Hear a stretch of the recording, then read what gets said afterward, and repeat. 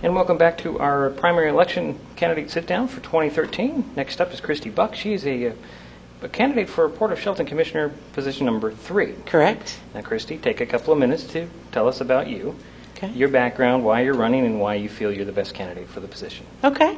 Well, I'm Kristy Buck. I co-own the John L. Scott franchise downtown Shelton. I've been there about 10 years.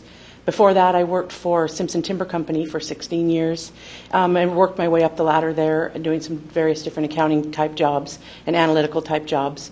Before that, I worked at what used to be Hood Canal State Bank, so that was a long time ago and a great place to start out to get some banking history that's come in handy in my real estate career. My education, I have an Associates of Technical Arts degree from South Puget Sound Community College in Business Administration, and then just a couple credits shy of a bachelor's degree in business management that's still on the bucket list to complete someday. So, and then of course lots of clock hour classes to maintain my real estate license, managing broker's license at John L. Scott. Leadership roles in my life have been, I run a track meet for the Rotary Group, so that's been fun to do. Of course, I have a small business and run a small business.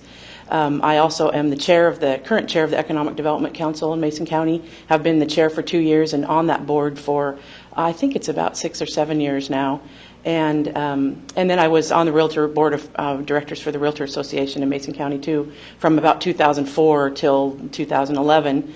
And I was the Realtor of the Year there for that, and a couple of times, and also the president of that association. So I feel like I'm a really good communicator, that I tend to like to listen to all sides of what people have to say and realize that there's usually more than 2 sides to every story. And I know about marketing, so those are some of the unique skills that I bring to the table. All right. Now, the issue that seems to be on the minds of most people in the area is the fairgrounds.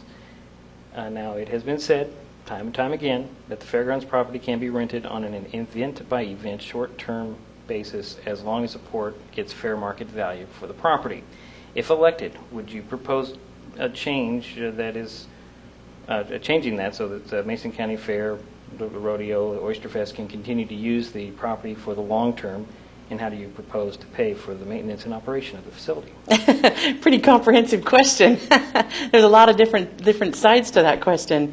First, I think the fair and the things that happen up at the fairgrounds are critical to our community. No doubt about that. Oyster Fest is a critical part of our community for tourism, for the dollars that come into the county during that time. Fair, the same thing, rodeo, all the events that happen up there are really critical. So I'm really for keeping those going, absolutely. But I also have been doing my research on the FAA and talked to the regional office there, and I'm totally convinced that they are not joking when they say we need to move it off the fairgrounds property. So I think our community needs to have a bigger vision. I think the port needs to partner with the county to come up with a better vision for maybe a new kind of event center thing rather than just a fairgrounds. I think it's time for us to get something better and new and different, and I would like to get behind that project. I think that the FAA will work with us as long as we have a specific project in mind for the eventual move of the fairgrounds off of the airport property. That they will let us do short-term leases, maybe 2 years, 3 years at a time, to give the Oyster Fest folks a little bit of sense that everything's going to go okay for them.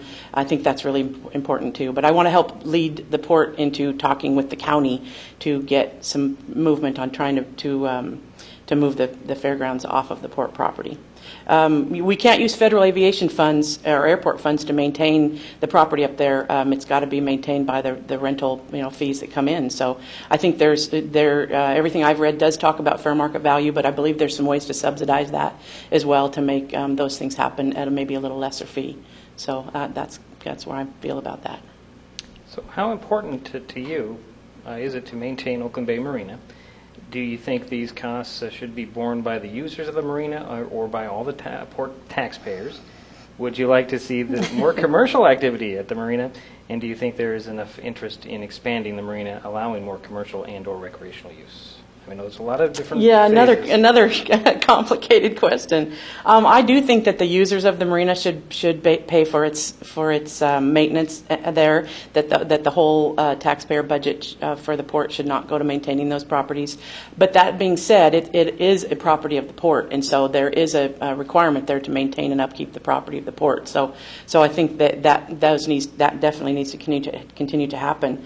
I believe there's a project that just was approved at the last meeting to get going with some improvements of some damage that happened there during a storm, and I think that's great. I think if we can improve that public dock, I think there'll be some tourism use that can come there, and maybe encourage what limited use commercial uses that we can down there, so that it is a viable project.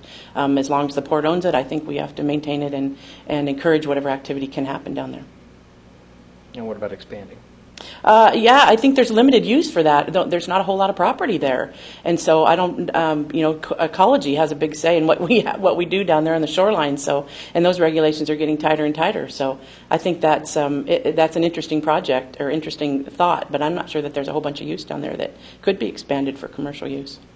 Now, do you have a specific vision for each of the port's properties? Oakland Bay Marina, Sanderson Field, Johns Prairie. There's already an airport master plan in place that has the vision for projects and improvements over time, and also the comprehensive plan that covers all of the port's properties. So I think that those are already things that have been in the pipeline and going forward. So I think there isn't I don't have the right as one person to make have a plan and try to run in my own personal agenda on what I think happens up there. But I think we have to adhere with the port's mission of protecting the airport long term, and then of encouraging economic growth for the other properties that they own.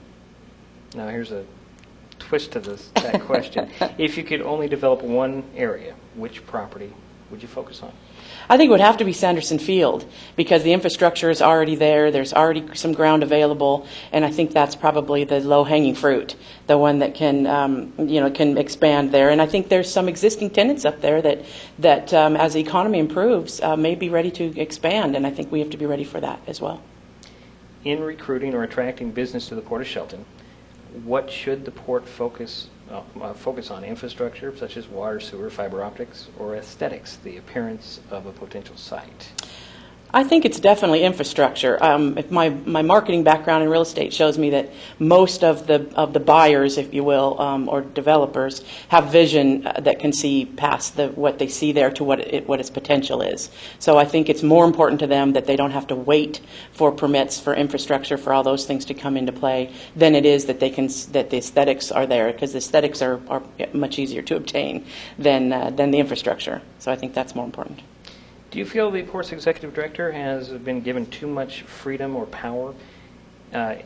If you will, with his job duties, should the port commissioner have more of a say or less of a say in the day-to-day operations of the port?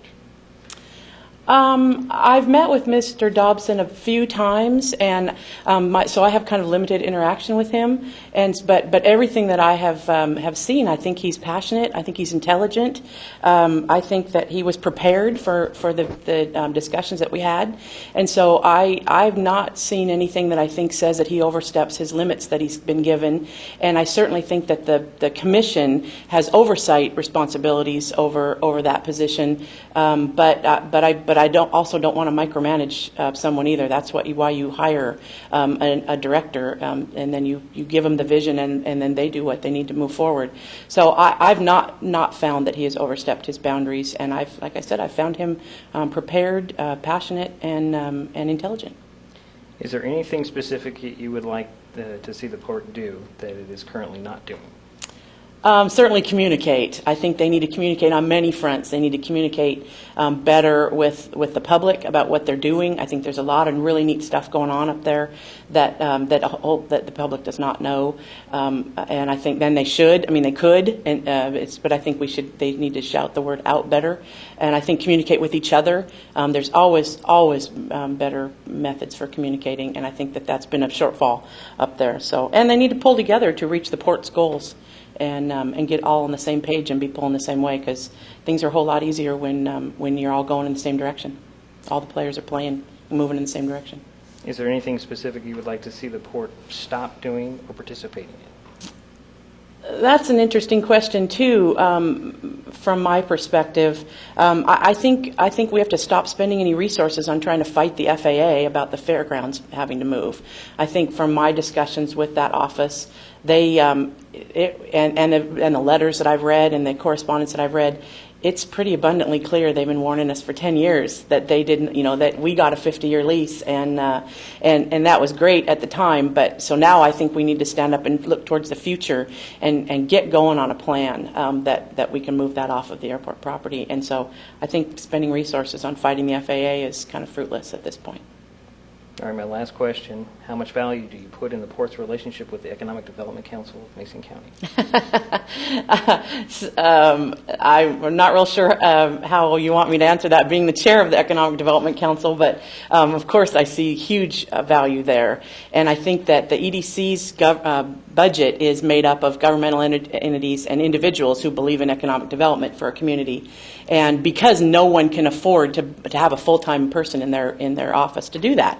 And so I think it's vital. I mean, if you look at our membership list, you find everyone that is interested in economic development for a community contribute to your economic development office and council.